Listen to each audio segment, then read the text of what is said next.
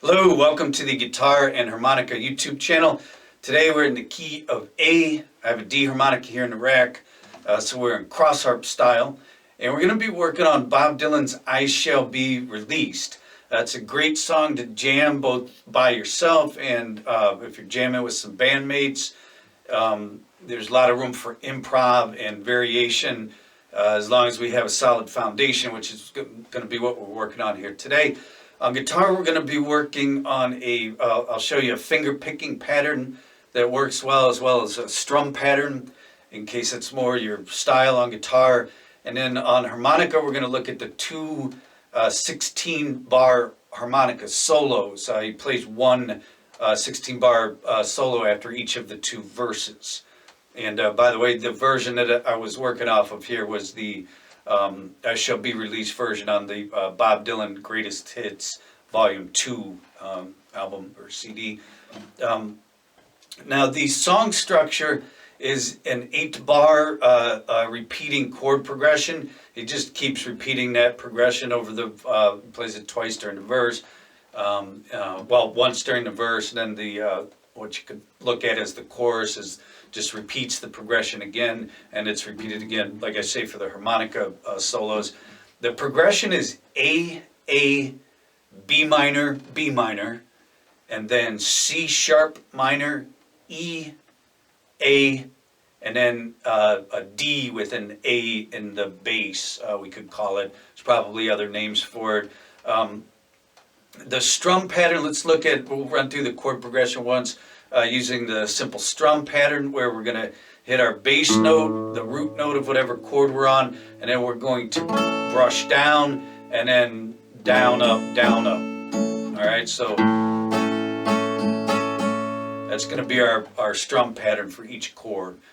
So we'll play through the progression again. It's A, B minor, C sharp minor, E, A, and then D with an A in the bass.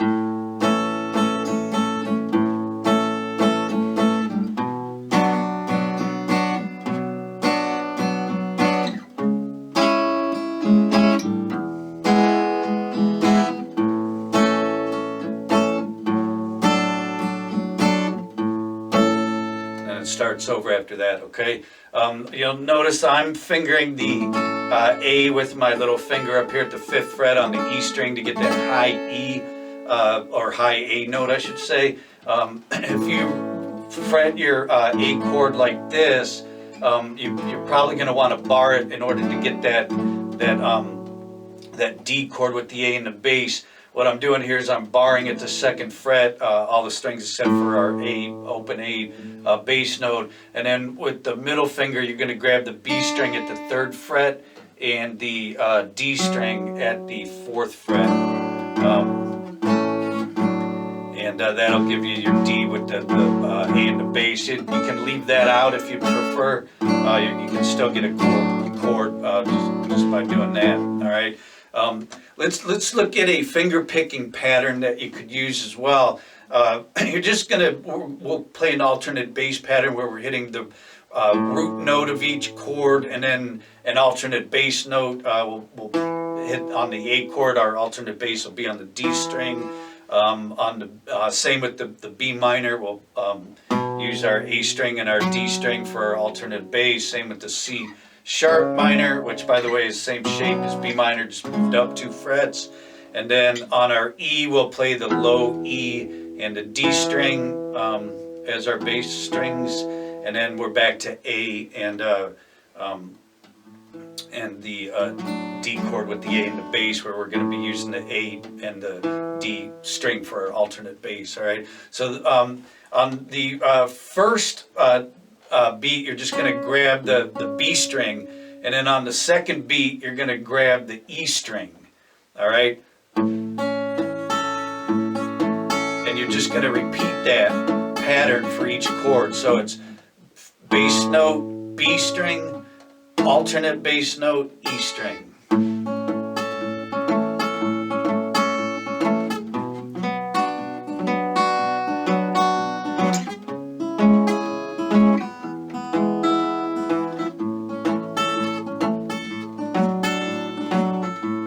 And it just starts over.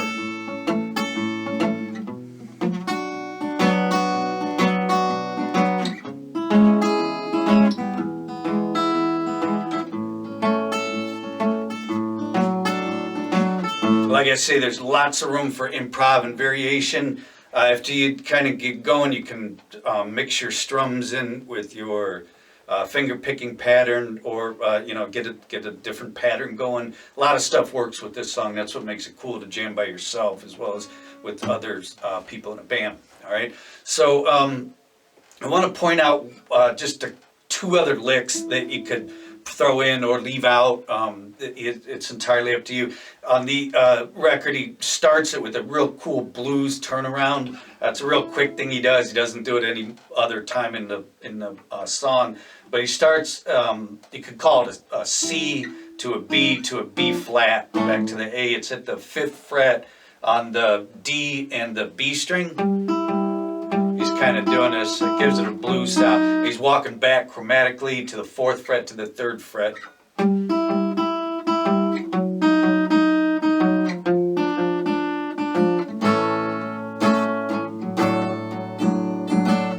And he starts singing there at the first verse, all right? So that's what they're doing on the intro to the song. Let's just close something like this.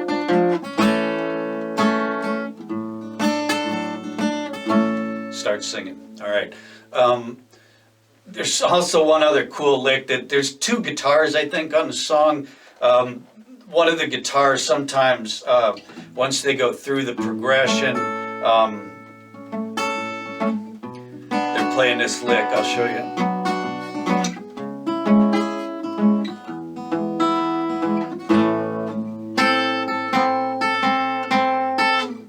So he's just up at the 5th fret on the E string and the G string, and he's kind of bending that G string up, and he's fretting the E string and just leaving that, not bending it. So it's kind of a cool blues thing that he's playing, and it seems like it's pretty random, but it's always right after that A. So it's, you're going through the progression. You're going to the B minor, singing. C sharp minor, E, and then he goes A, and then he starts over.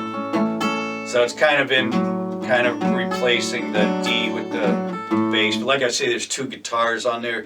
It sounds like, so you could leave it in or do it if you want. I think it's a cool lick, but you sure don't have to do it, especially if you're with a band.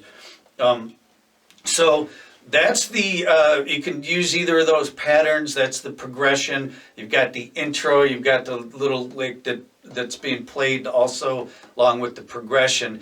Let's look at the first harmonica break that he takes.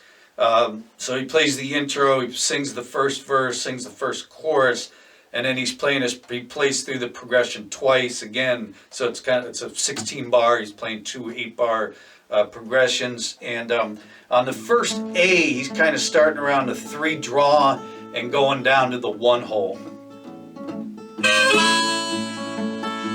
All right, and he's holding that into the next measure, and then he's on the 1 hole. He goes blow, draw, blow. So first 2 measures.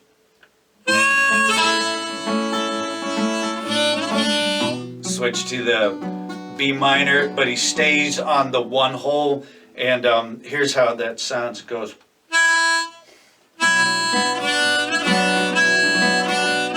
He does that pattern a few times during the harmonica breaks. So there's your first 4 bars, the 2 A's and the 2 B minors. Starts off 3 draw.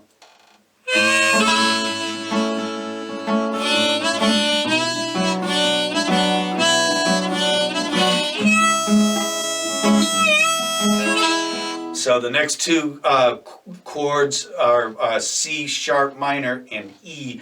For the C sharp minor, he slides up to the 4 draw, and he stays there. He switches chords to the E, but for the first part of the measure, he holds it at the 4 draw, and then he kind of slides down to the 1 draw hole, the 1 hole draw, and there's a lot of kind of some bending going on too, so you can experiment that, play around with it on your own.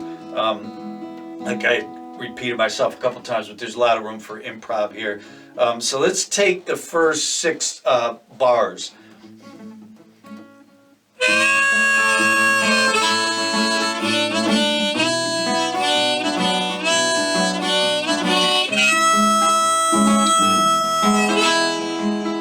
so you hear how I held that 4 draw for the first half of the E.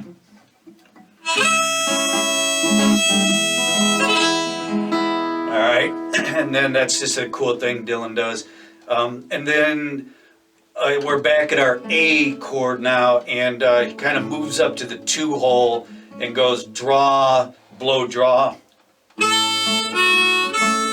And then he's playing the D with the A and the bass. Oh, by the way, if you're using the finger picking pattern and you don't want to get this high E thing, it's a pretty good stretch. So just shift your notes to the B and the G string, all right, instead of the B and the high E. That's all you got to do there. Just change your the notes that you're finger picking there instead of going up here.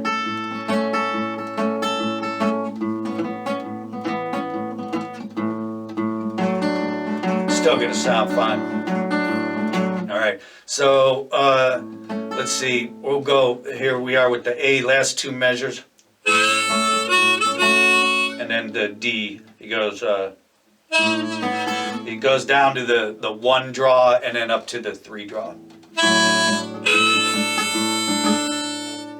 So A.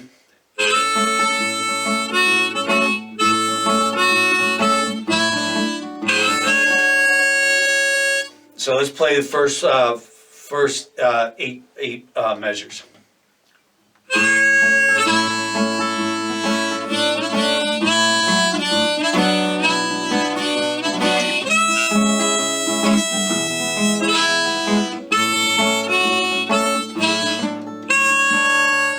Okay, so for that D chord thing, he's 1 draw up to 3 draw. So over for the A and then the D with the A and the bass. Okay, it's kind of sloppy, but you get the idea. We'll play the whole thing through one time. So then he goes, so we're repeating the progression now. We've gone through 8 measures. We're going to go to the next 8. So we're back at the A. He stays at that 3 draw. And again, he's kind of bending around. And then he goes for the second A measure, he goes down to the 1 and he does that same. So first 2 measures. Then he goes up to the B minor and he holds it for both measures of the B minor chord. He goes up to the 5 draw. I'm not sure he meant to go up there because it's pretty dissonant, but in a way it's cool. Alright, that's where he's at for the B minor. It's a 5 draw and he's holding it. So 3 draw to 1 draw.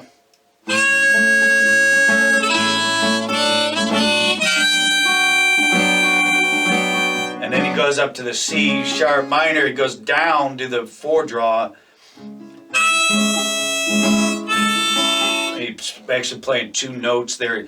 4 draw, 3 blow over the C sharp minor.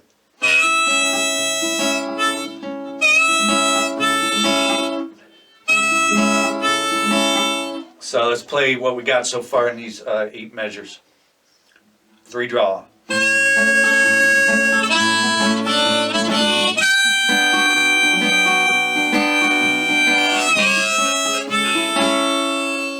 Okay, it's a little tricky. And then he goes to the 1 or to the E chord.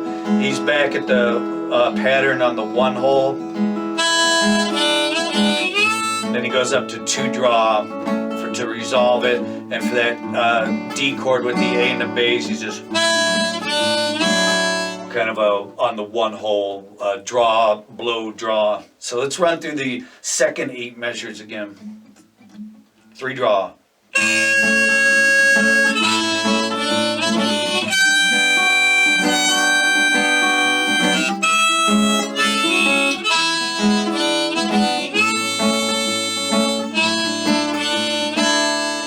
And then he just hangs on that A a little while to, till he's ready to start singing the second verse.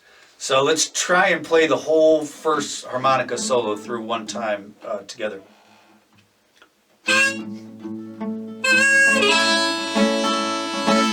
Sorry.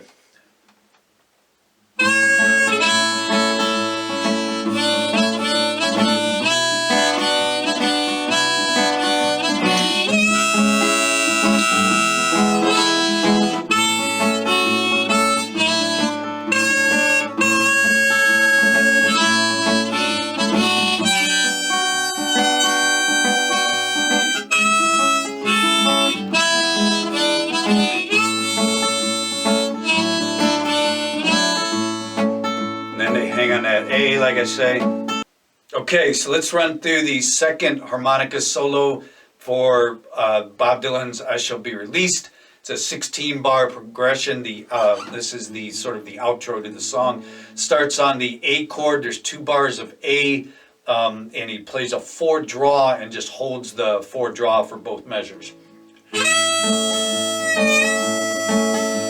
And then for the B minor, he slides down to the 2 hole, plays a 2 draw, holds it for the second measure of the B minor, and then plays a 1 blow. So the B minor sounds like this.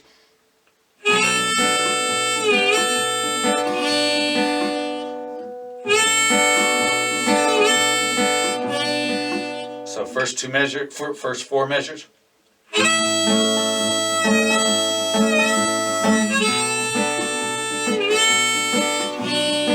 And then for the C sharp minor, he does a quick slide up to the around 7/8, and then a slide back down to around the 4 hole.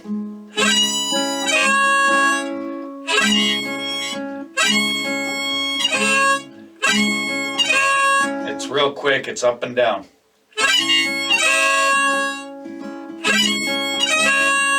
All right, and just get in the ballpark, it's going to sound okay. And then he goes to the E chord, slides down to the 1, and plays a blow draw on the 1 hole. And then for the A chord, slides up to the 4.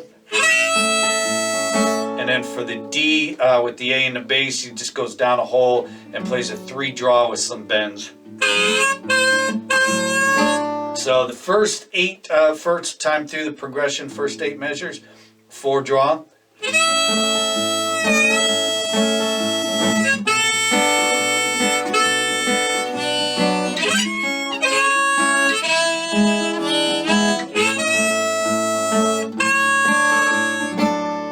And then he plays the same progression one more time, and he's around the 1 hole, and it's that same sort of pattern where it's in. All right, and he does the same thing for the B minor, but he moves up to the 2 hole, so it's.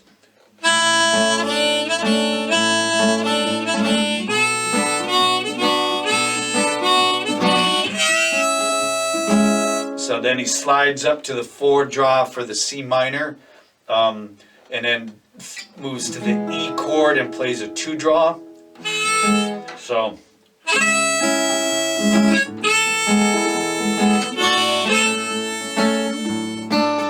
for the final A chord and D with an A in the bass, he kind of blows out on a kind of sounds a little bit more like a chord, like maybe the 2/3 hole.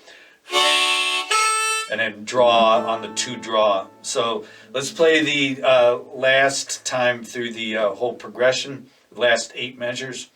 He's at the 1 hole for the A and moves up to the 2 hole for the B.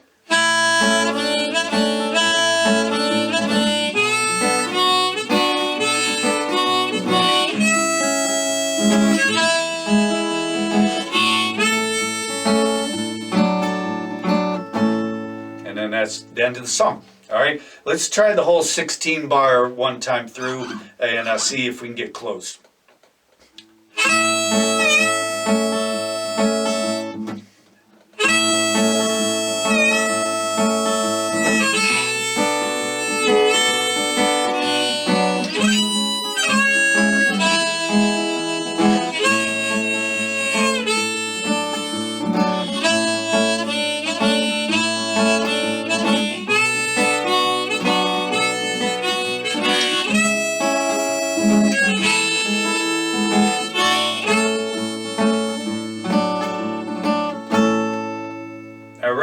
wasn't bad. It's pretty close. We're in the ballpark. Again, we're going to use this stuff in our own music. This is a classic lesson in playing guitar and harmonica together, and we can all thank Mr. Dillon for laying that out for us. All right.